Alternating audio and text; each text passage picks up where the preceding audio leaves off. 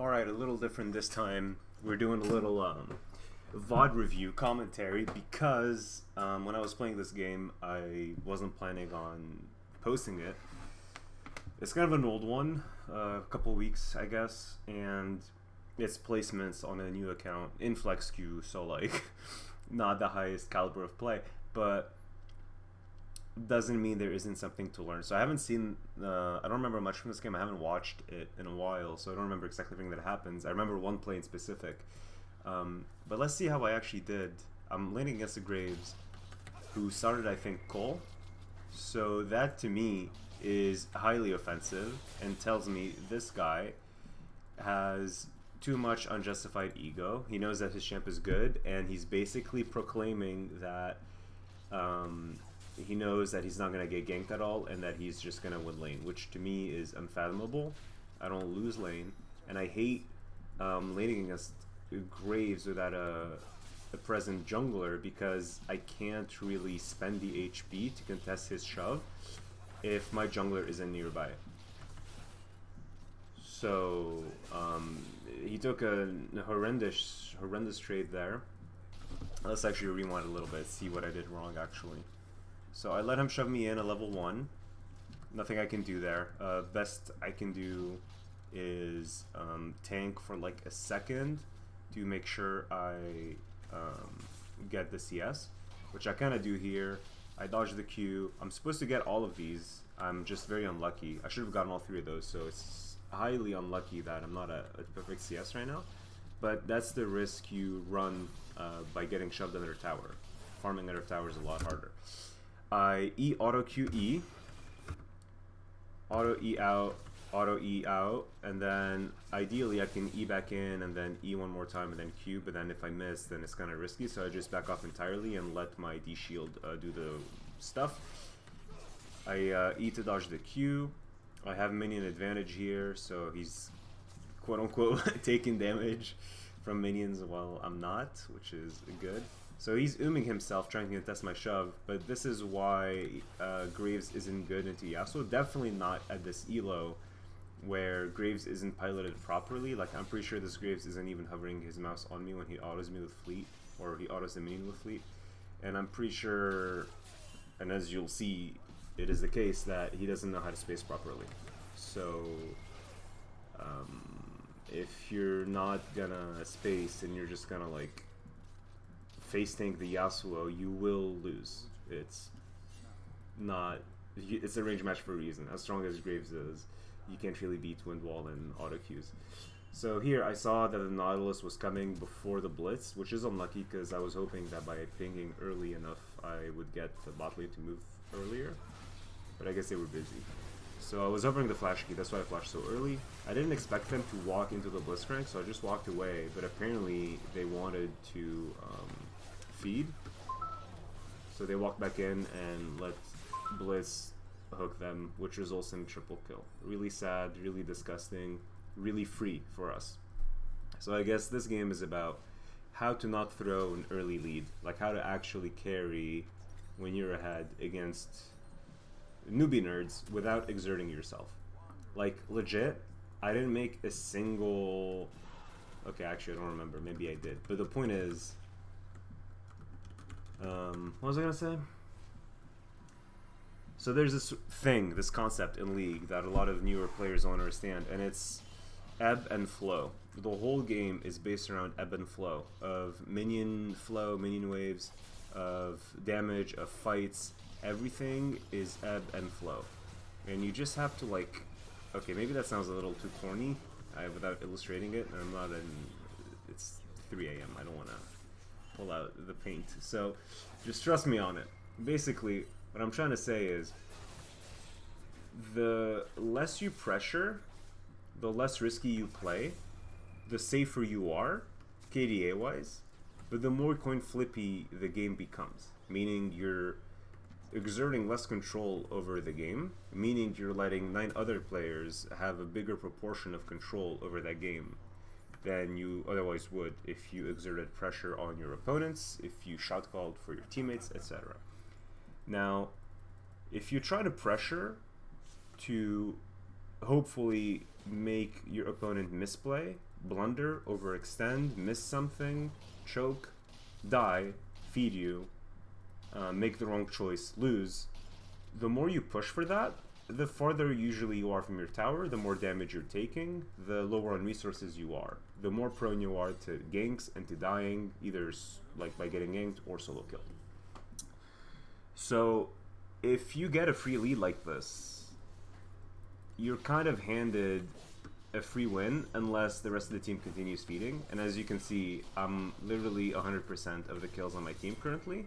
So what business do I have taking such awful trades, you might ask? Well, I'm seeing that they're fighting top lane and bot lane is bot.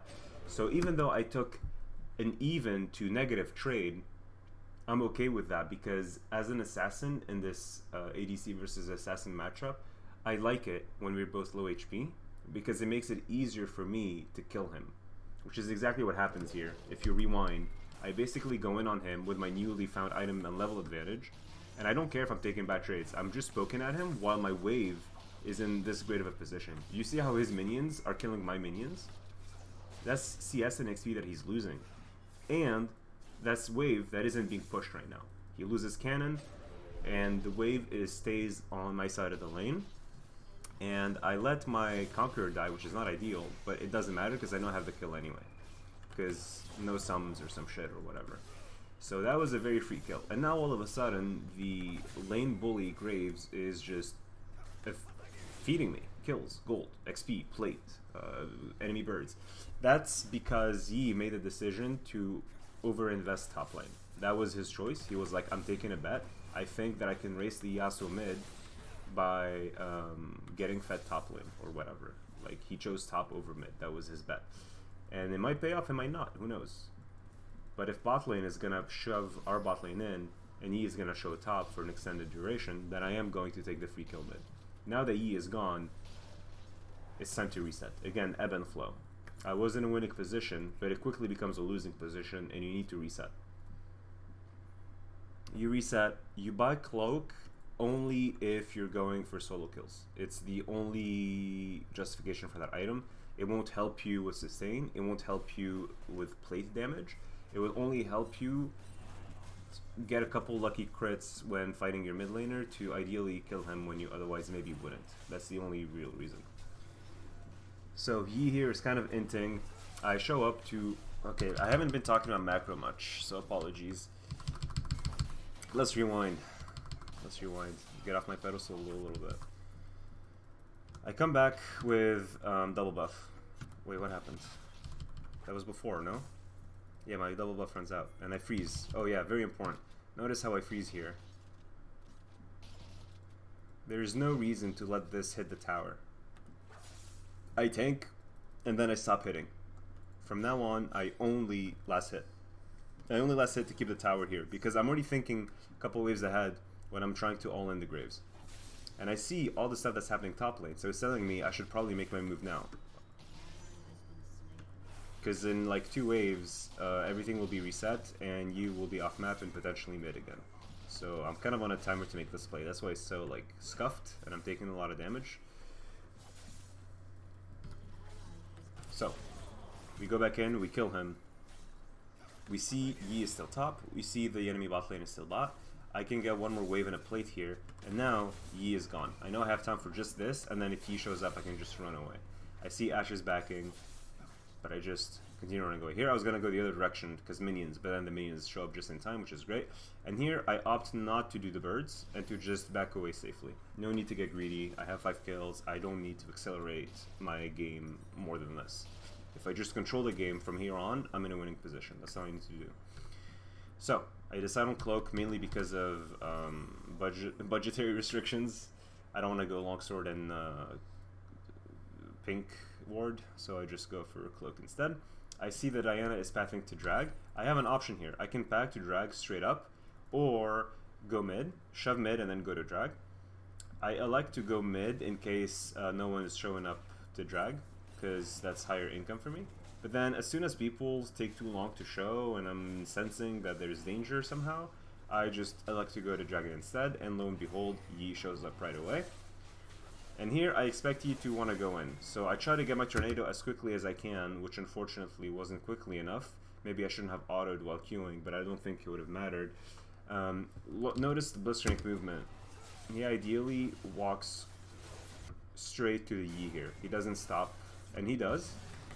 And then he tries his best to CC the Yi, but you can CC him, like he can still smite while CC'd, so ideally you want to CC him outside of smite range. But anyway, it works out, we got lucky. I try to ult him, but it doesn't work out, which is fine. Notice here, when I'm chasing, I don't need to stop to auto, I just need to keep running to make sure that I'm in range to hit the Q point blank. I windwall the Graves damage, and here I want to go in, but then he shields and he is tanky and it's scary. I'm gonna keep up the freeze here. I'm just waiting for Bliss to maybe land a hook or something. Nothing happens, it's totally fine. Graves is super sad right now. He hasn't been able to farm for like a solid minute or more. And I'm okay taking all the damage in the world here, as long as the freeze prevails. Which I take all the damage, but then I break the freeze anyway, so not ideal.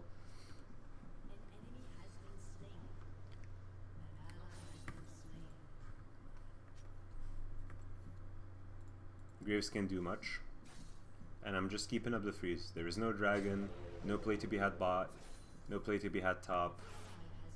Is this guy AFK? Nope, he's just waiting. And here, that little noob mistake I just did there kind of breaks the freeze a little bit, but it's actually kind of okay, kind of barely. We're gonna expect him to Q again. Here, you know that he's gonna E as soon as you E to dodge your EQ, so you hold your Q, and then you Q him afterwards. I didn't have ult there. But I got his Ignite for free. And he's low again. He's taking bad trades for no reason. Like, just wait for the wave to come back to you. I'm bad enough to break the freeze twice for free, for no reason, without being pressured.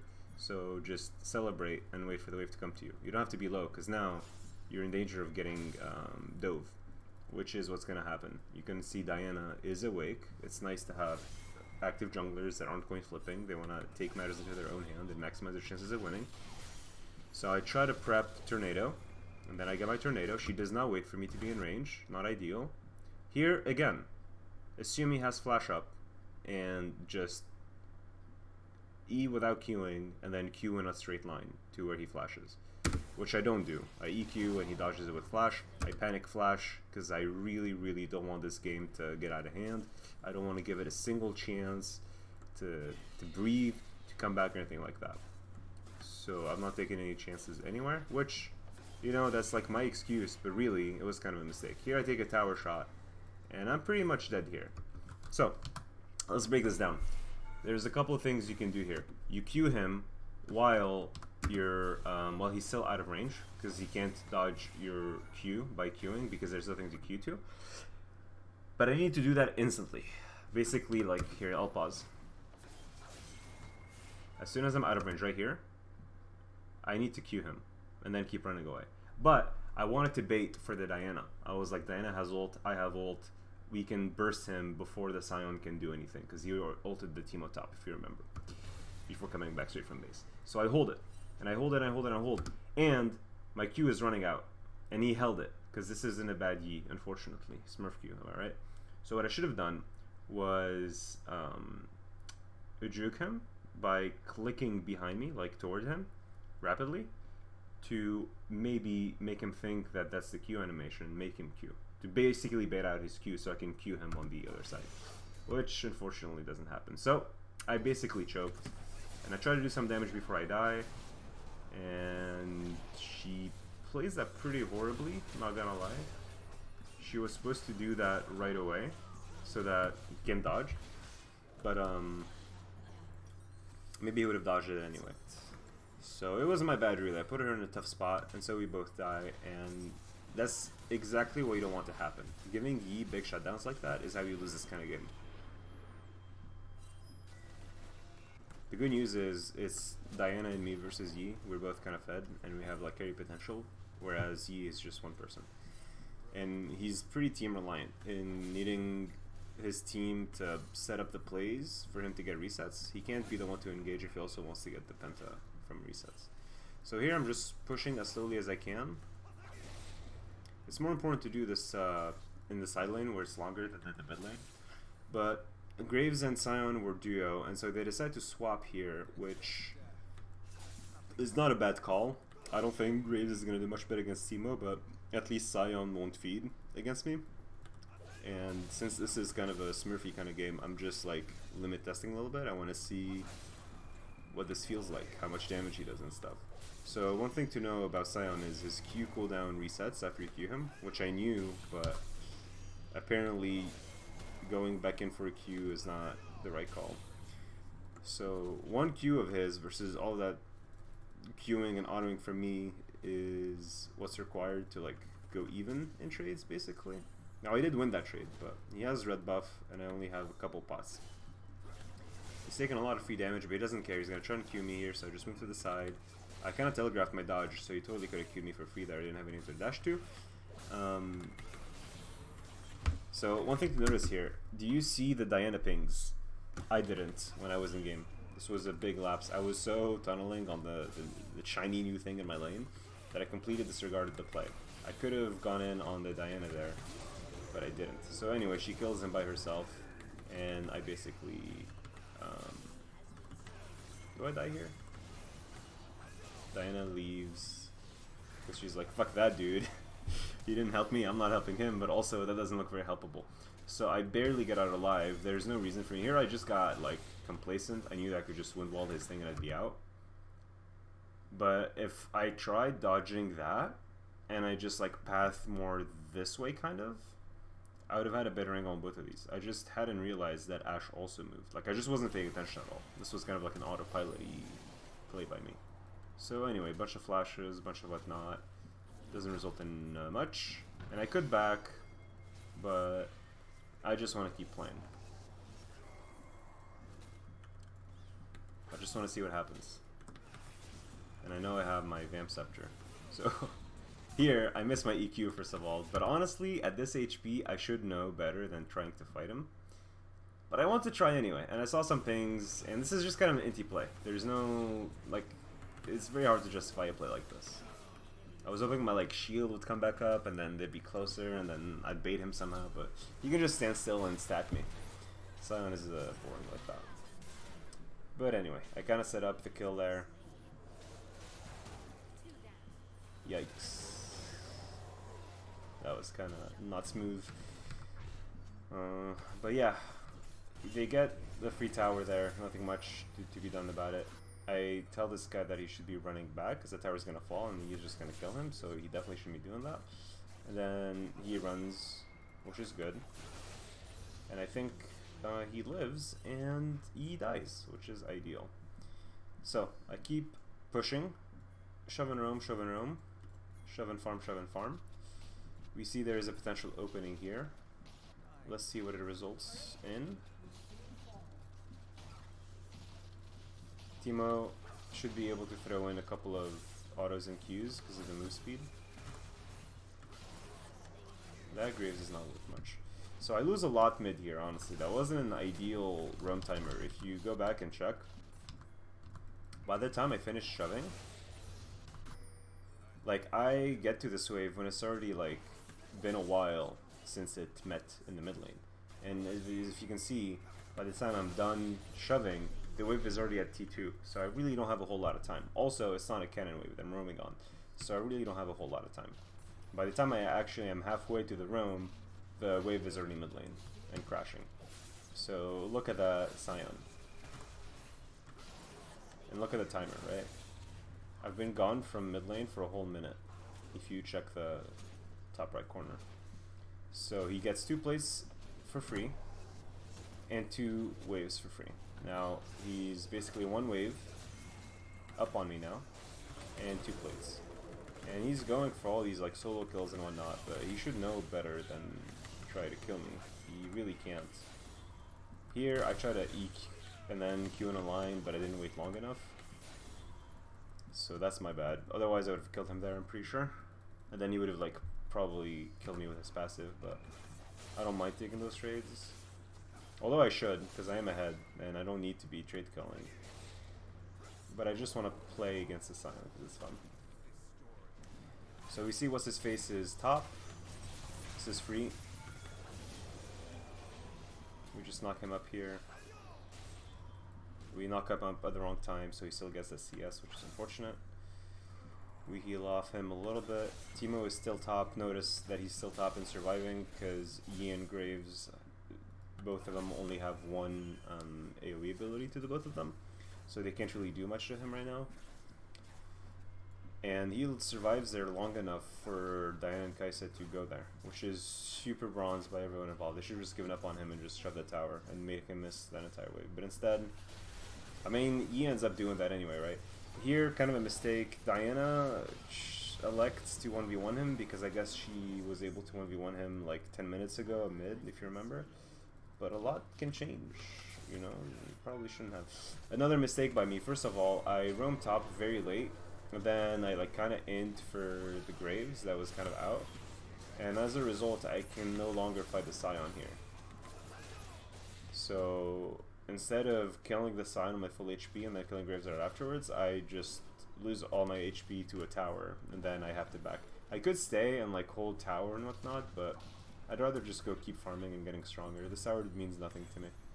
It looks like Teemo ends up TPing to it anyway, so fine by me. We lose mid because of my shenanigans. Again, the low variance plays prevailed. Me going top and doing random shit, not the play. Notice here, I noticed that our ADC is going mid. I don't mind her taking the wave I did int, and she is carrying. It's not ideal, but whatever. I ping my Kai'Sa to go bot because I'm already going mid. And she is supposed to be going mid at this stage in the game.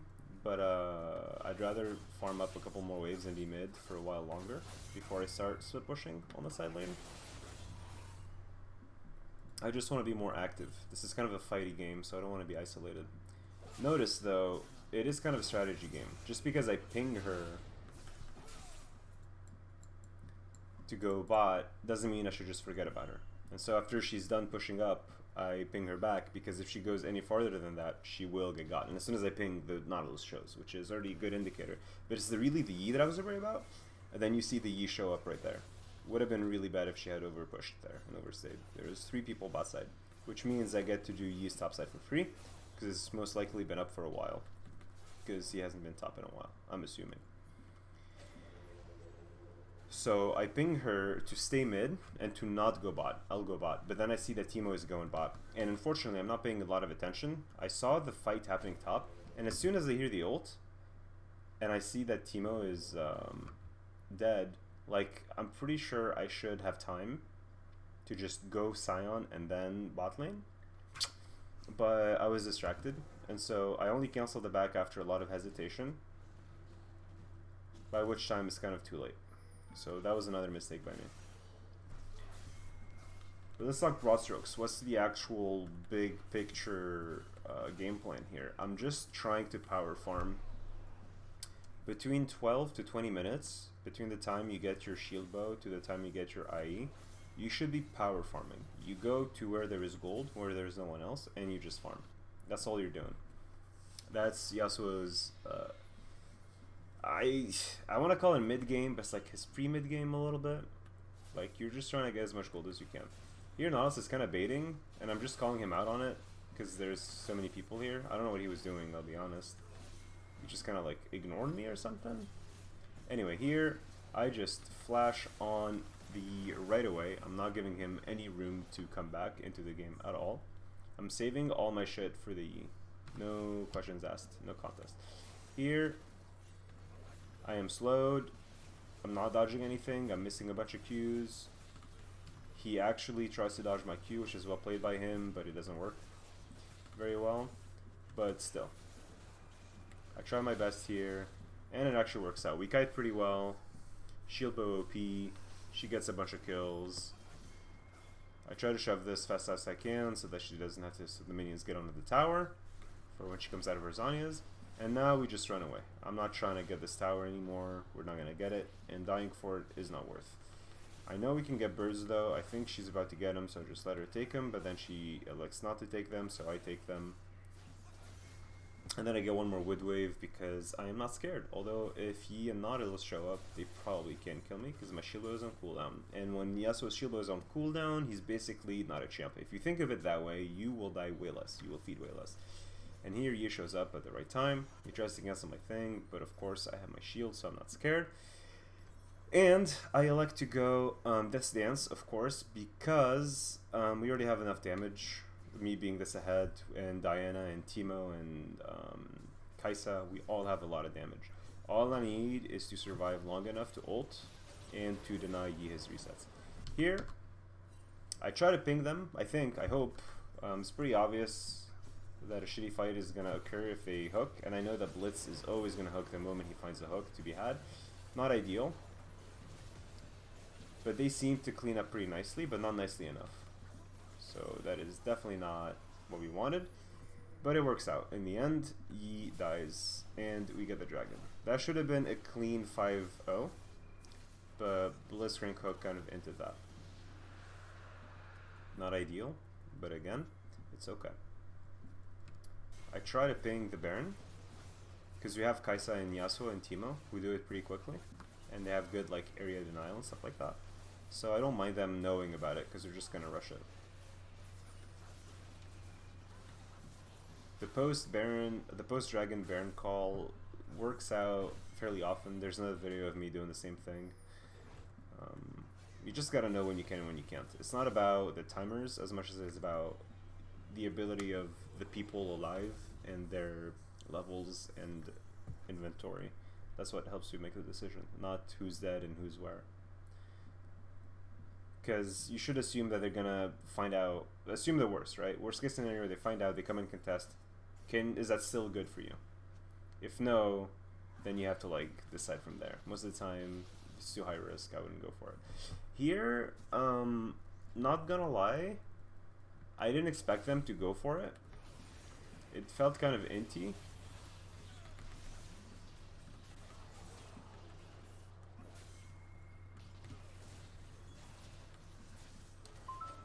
I have no words. They should have known that they don't have the stats, but like I wasn't even close. They didn't even pop my. I have this dance, man. I have them 3 items.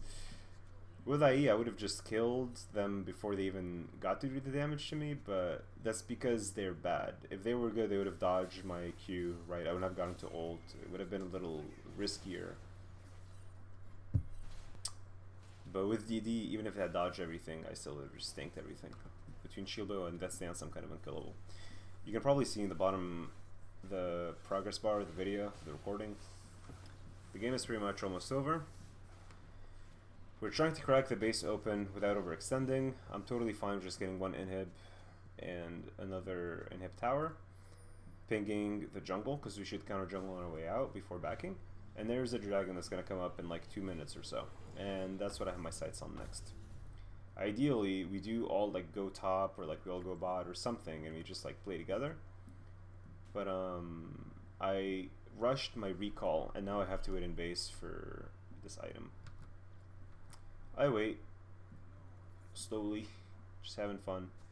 I elect to go top because I'm like, that's where the open inhib is. I want to split push while they're all grouped and stuff like that, and maybe I can even save the top tower. Here you see Diana getting caught again. This is the 3rd time this game she gets caught by Yi. One thing to keep in mind is, ideally you want to be with your team, but since you just spent like, I don't know, 20 seconds in base waiting for 50 gold, your team had time to back and get back on the map, and you're behind. So, I just realized they knocked her into them. Chances are people are gonna fight within like 30 seconds to a minute of coming back from base. So I'm like 30 seconds behind them, so I'm not gonna make it to the fight, basically is what I'm saying. Here, I'm like trying to cancel the recall, the TP. That guy was watching. He actually ults my Q, which is well played by him. I guess I should have held. And then I needed to E there and double E again, but he had flash anyway. So anyway, he gets a quadra kill. It's fucking awful and disgusting and I hate it, but there's no drag, so it's totally fine. I don't mind anyone dying here, then we don't actually lose anything. The only problem is we're giving free kills to the one person that can actually carry the game on the enemy team. That's just wrong. And Diana keeps trying to 1v1 the Yi when really her game plan should be to ult in Zanya's. She's never gonna out DPS the Yi, not anymore.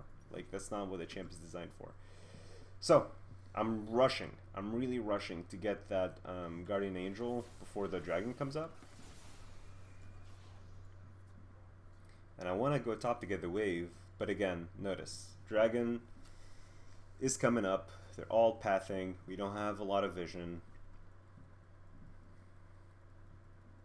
So I decide to just make top slow push and just go back to dragon. So now we have checkmate both mid and top. If we don't do anything, they will have to clear mid the way they are right now, and that gives us a nice little 4v5 or something. And if we wait even longer, top lane is going to stack, and eventually they'll have like this huge wave off top that is going to take their inhib if they don't do anything. So all I'm doing is sitting mid, trying to get mid prio, even though we have whatever sweepers are called. So I don't need to be doing this, but I do it anyway. And now I'm just looking. I'm behind everyone. All I want is to not be first in the fight. I'm literally not going to do a single thing until all the cooldowns are down. So they decide to engage because, of course, Ashe and Nautilus, you do not want to be split pushing against hard engaged comps like this. And here I'm just waiting because I know the Diana still has her ult after the Zanya's. So I'm just spamming R. And that's it. That's the game. All I'm doing is trying to play the game correctly. I'm not forcing anything. I'm not like trying to make plays. I don't mind people dying. I don't mind people fighting. You don't have to be constantly DPSing the entire fight. Like, there's no reason for me to like walk down here and start doing random shit. I can just wait for the low variance play.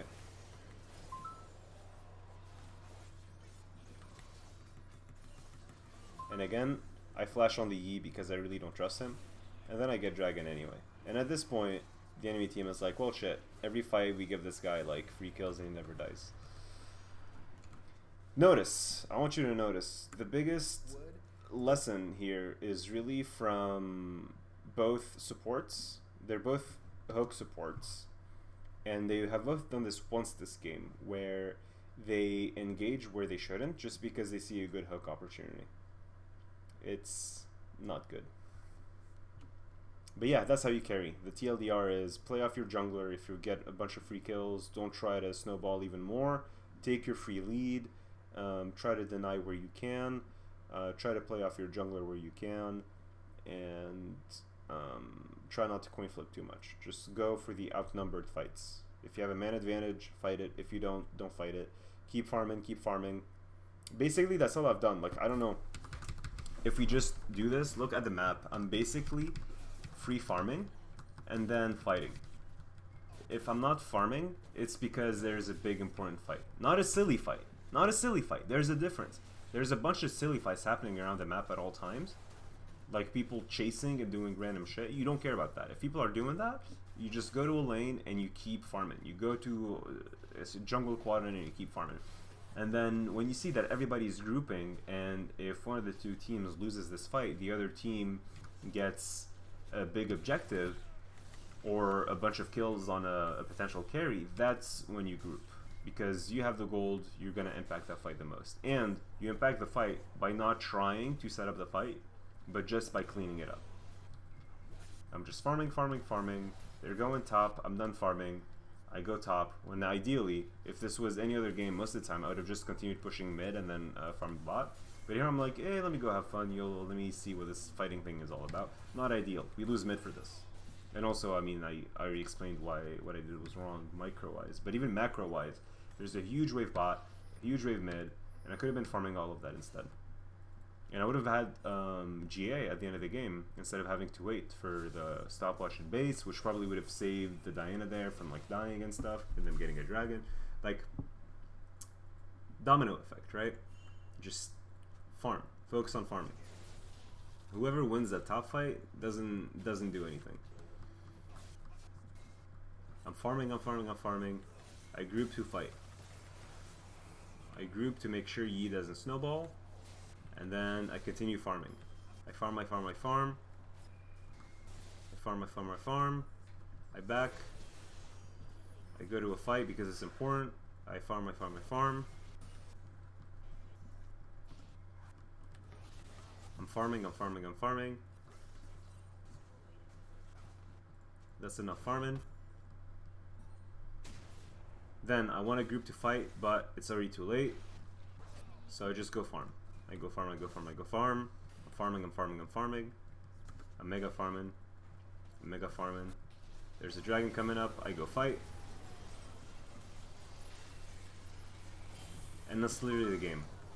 I've literally fought like 3-4 times. I'm talking about like post-laning phase, right? Where I stop farming to join a fight. I do that 3 or 4 times. That's all you need to do. You just need to win 3 or 4 fights to win most games in League of Legends. It's not science.